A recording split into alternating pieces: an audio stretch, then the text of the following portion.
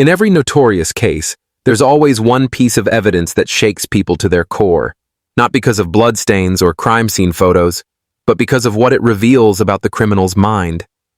For Bryan Kohberger, that evidence may not be found in the courtroom or in hours of testimony. It's found in ink, handwritten, personal, and disturbingly raw. His prison complaints have surfaced, and they're unlike anything people expected. Think about this. A man accused of one of the most horrifying crimes in recent American history, sitting alone in a prison cell, cut off from the outside world, yet still compelled to scribble down his grievances. On the surface, they might look like ordinary complaints. Food too cold, guards too strict, nights too long. But as you read closer, they morph into something more sinister. These aren't just complaints. They're reflections of a mind that refuses to rest. A mind that obsesses, analyzes, and fixates on details most people would brush off. That's where this story becomes chilling. Handwriting has always been deeply personal. It's not typed, edited, or filtered. It flows directly from the brain to the page. Every slant, every scribble, every uneven letter gives away something about the person behind it. And when it comes from someone like Kohberger, accused of crimes that left the nation horrified, each word carries a weight that makes you stop and wonder, what's really going on in his head? Viewers often imagine prison complaints as boring legal forms or petitions for better food, but what makes these particular writings different is the tone. They are eerie, filled with an undercurrent of obsession, and written in a way that almost demands attention. Instead of fading quietly into the background like most prisoners, Kohberger has put his thoughts into words that seem designed to unsettle. It's as if the letters themselves are a window into the unsettling silence of his prison cell, where his thoughts echo louder than the steel doors around him. And here's the part that hooks people in. These complaints weren't hidden forever.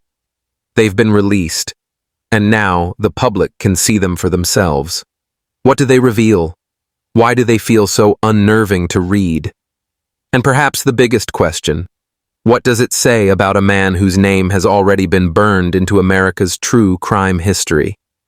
When you peel back the layers of these letters, you find contradictions. On one hand, they show a man obsessing over the tiniest details of his confinement, like food portions or treatment from staff. On the other hand, they reveal someone who seems to crave control in a place designed to strip it away. The more you read, the more you start to realize these aren't just about prison life. They're about his attempt to cling to power, even from behind bars. That's why this story grips so tightly. It's not just about a criminal behind bars. It's about the chilling psychology that seeps through the ink of his handwritten words. These letters don't just expose his complaints. They expose his state of mind. And once you hear them, you'll never look at the idea of prison letters the same way again. So, if you think you've heard everything about Bryan Kohberger's case, prepare yourself. Because these writings are more than just scribbles on paper. They are haunting, personal, and unforgettable. Tonight, we take you inside those words, line by line, complaint by complaint, to uncover the disturbing world of Kohberger's handwritten prison notes. Prison is designed to strip people down. The routines are rigid, the walls are suffocating, and individuality is crushed under rules and schedules. But when you look at Kohberger's complaints, it becomes clear that he sees prison through a lens that most people could never imagine. While other inmates might focus on survival, alliances, or simply getting through the day, his writings reveal something entirely different. A man dissecting every detail of his environment, almost as though he's still conducting some kind of experiment. Picture the setting for a moment. The cold gray of concrete floors, the echo of metal doors shutting with a heavy finality, guards pacing in silence, and cameras watching your every move. For most, it would be suffocating. But for Kohberger, what stands out in his letters are the smallest details. He writes about the way meals are served, the portions, the treatment from staff, even the noises in the night. These aren't just casual notes. They're carefully observed accounts, written with the precision of someone who wants control in an environment built to remove it. That contrast is what makes the letters so disturbing. Instead of simply enduring the monotony of prison life, he documents it with intensity. His complaints don't just highlight discomfort, they highlight obsession. When he fixates on the food, it's not just about being hungry, it's about how the process of being fed represents his lack of agency. When he complains about guards, it's not just frustration, it's framed almost as though he's evaluating them, like a researcher writing field notes. And when he points out the noises at night, the echoes of a prison settling into silence, it's not just about lost sleep. It's about how he interprets the entire environment around him as though every detail matters. For the public, reading these words is unsettling because it reminds us that even behind locked doors, he's still analyzing, still watching, still writing. There's a kind of sharpness in his observations that makes you feel like the prison walls haven't dimmed his mind. They've only given it new things to focus on. And that's what sends a chill down people's spines. Some inmates scribble letters that are desperate, emotional, or regretful. Kohbergers are different. They lack warmth. They lack connection. Instead, they read like notes written by someone detached, cold, and strangely clinical. This is what makes them eerie. They don't feel like the words of a man living through punishment. They feel like the words of someone studying punishment from the inside. Experts who have seen similar letters from other notorious inmates often warn that these writings are more than simple complaints. They're glimpses into a psyche that refuses to adapt. And when someone accused of such chilling crimes is still meticulously writing down his frustrations, it raises questions. Are these notes just about food and treatment, or are they another layer of control, another way for him to project power beyond his cell? That's the unsettling reality.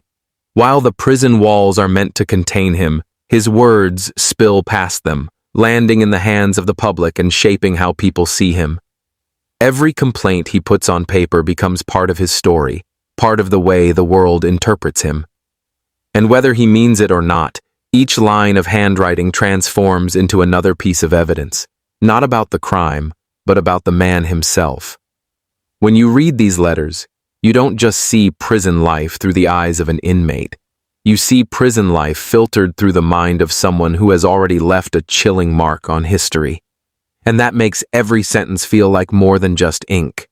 It makes them feel like warnings, like echoes of a mind that refuses to fade into the background, even when surrounded by steel and silence.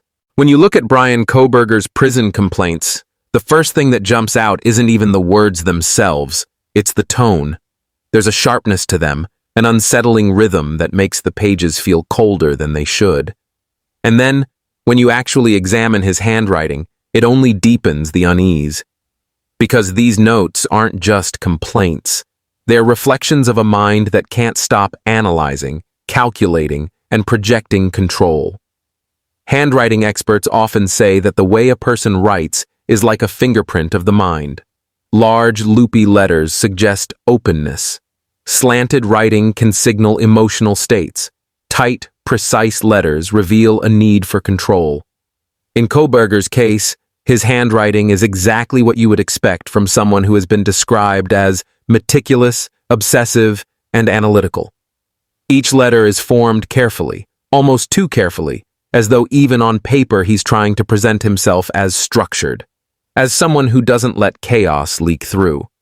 But here's where it becomes disturbing. When most inmates write complaints, they tend to sound emotional or hurried. They're scrawled with anger or desperation. Kohberger's, on the other hand, come across as detached. The tone is cold, clinical, and strangely composed, even when he's describing frustrations that would make most people lash out. Instead of showing raw emotion, his complaints read like evaluations, like he's taking notes in a study rather than suffering inside a prison cell. Take, for example, the way he describes something as simple as food. Most inmates would say, "The food is bad," or "I don't get enough." Kohberger takes it further, pointing out textures, portion sizes, and the way meals are presented. It's the kind of writing that makes you feel like he's not just experiencing it. he's dissecting it. That detached observation gives his letters a chilling quality.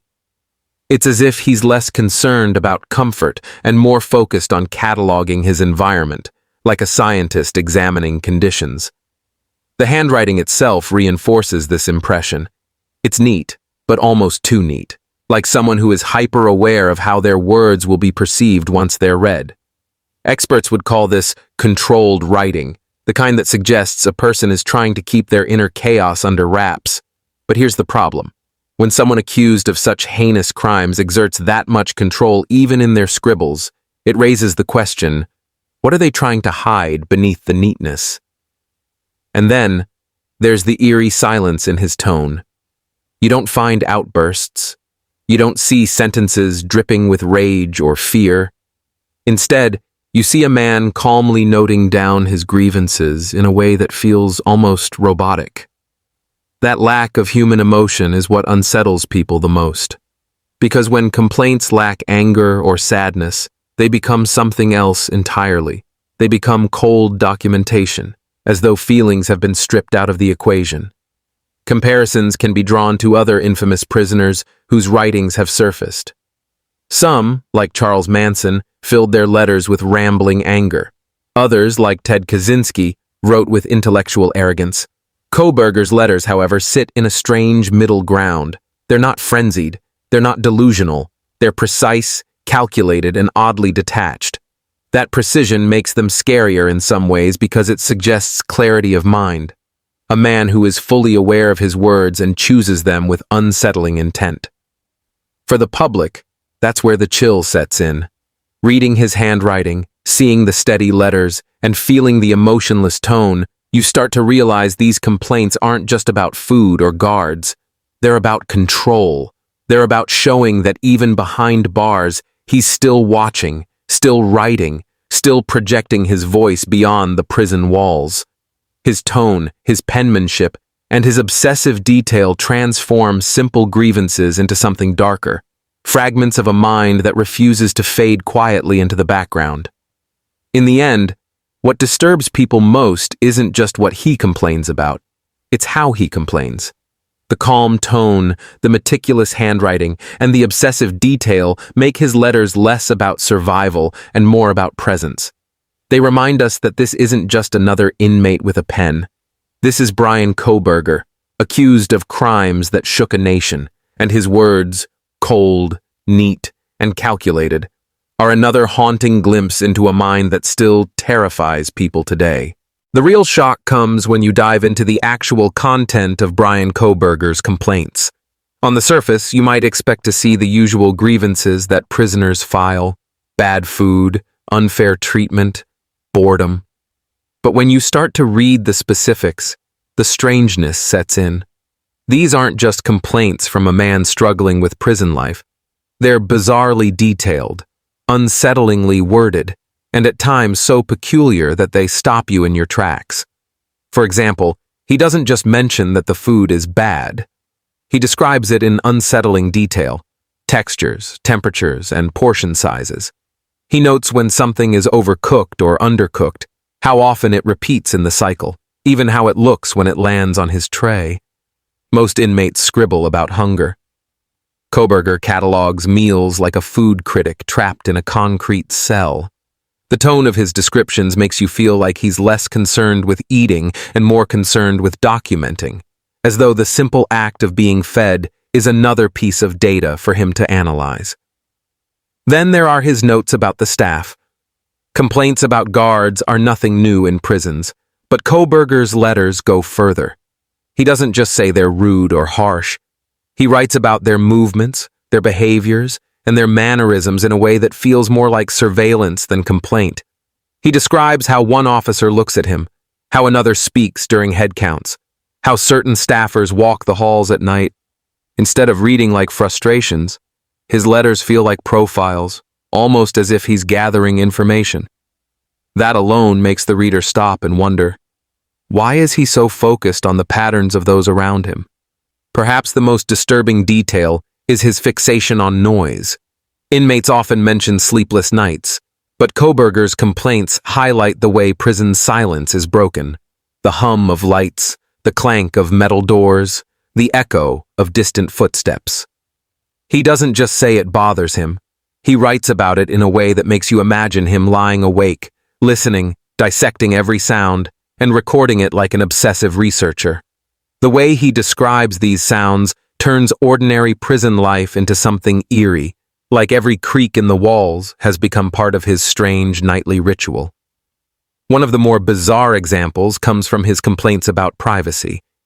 He notes the lack of control over his environment, describing how even the smallest intrusion feels magnified. Most prisoners accept surveillance as a fact of incarceration, but Kohberger's letters show a fixation on it, as though he feels every camera lens is staring directly into him.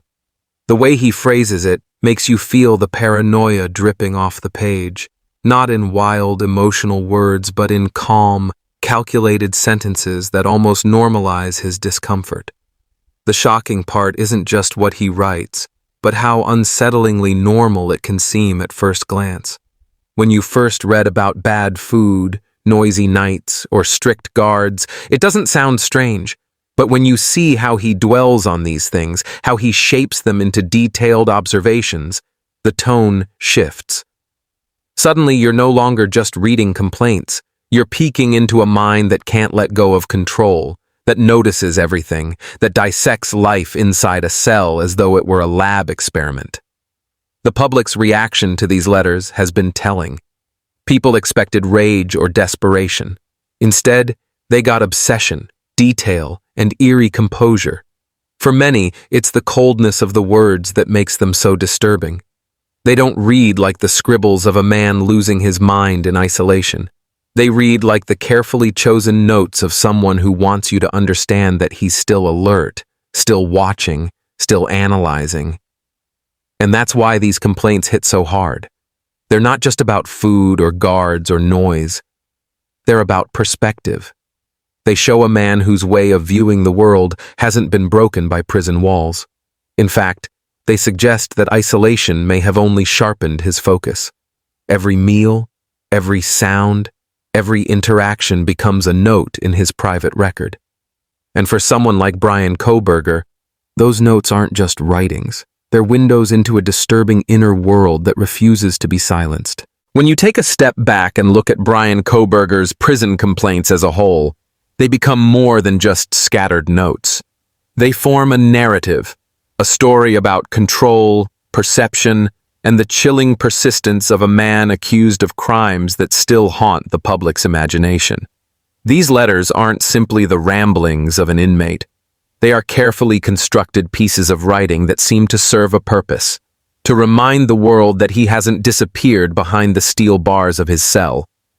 What makes these writings so unnerving is that they echo the very qualities that prosecutors and investigators have described about him: obsession with detail, fixation on control, and an unsettling ability to remove emotion from his actions. When the public reads his food complaints, they don't see hunger. They see obsession. When he writes about guards, they don't see frustration. They see surveillance. And when he describes noise in the night, it doesn't feel like insomnia. It feels like a man cataloging his environment with unnerving precision. That's why these letters matter beyond the walls of the prison. Every word he writes has the power to shape how people see him. For his defense team, the letters might become a double-edged sword. On one hand, they show a man deeply affected by the harshness of prison life, perhaps hinting at unfair conditions. On the other hand, they could paint him as obsessive, cold, and unshaken, reinforcing the disturbing image the public already has of him. And let's not forget the impact on potential jurors. When letters like these surface, they feed into the narrative of the trial. Jurors are expected to separate fact from perception, but the human mind doesn't work that way. Once you've read words that feel so clinical and detached, it's hard to erase that impression. It lingers. It colors the way you imagine the man sitting in the courtroom. For the public, these writings deepen the fascination and the horror. True crime followers, journalists, and psychologists all dissect the letters not because they reveal groundbreaking information, but because they reveal character. They give a glimpse into what life looks like inside Kohberger's mind when stripped of freedom and power. And what people see there isn't comforting. Instead, it's a reminder that the accused isn't just locked away quietly. He's still observing, still thinking, still writing. This is the bigger story. These prison complaints are not just about meals, guards, or sleepless nights. They're about how a man's voice can travel beyond the bars, shaping narratives even when he's supposed to be silenced. They show that the psychological footprint of someone like Bryan Kohberger doesn't stop at the prison gates. It seeps out through ink and paper, leaving the public with more questions than answers. And here's the haunting part. If these letters are just the beginning, what else might surface? What other glimpses into his mind are waiting to be uncovered? Each complaint, each scribbled sentence, could be the start of something bigger, a trail of breadcrumbs leading deeper into a psyche that people can't stop analyzing. That's why this story resonates. It isn't just about crime. It isn't just about punishment. It's about the eerie persistence of presence. Bryan Kohberger may be locked away, but his words remind us that his mind is still active, still engaged, and still disturbing. So as the trial moves forward and more details unfold, these prison complaints will remain a part of the conversation. They're not just handwritten notes, they're echoes from inside a cell, echoes that travel far beyond the walls, unsettling everyone who reads them. And they leave us with one final, chilling thought. If this is what he puts on paper, what else is still locked away in his mind?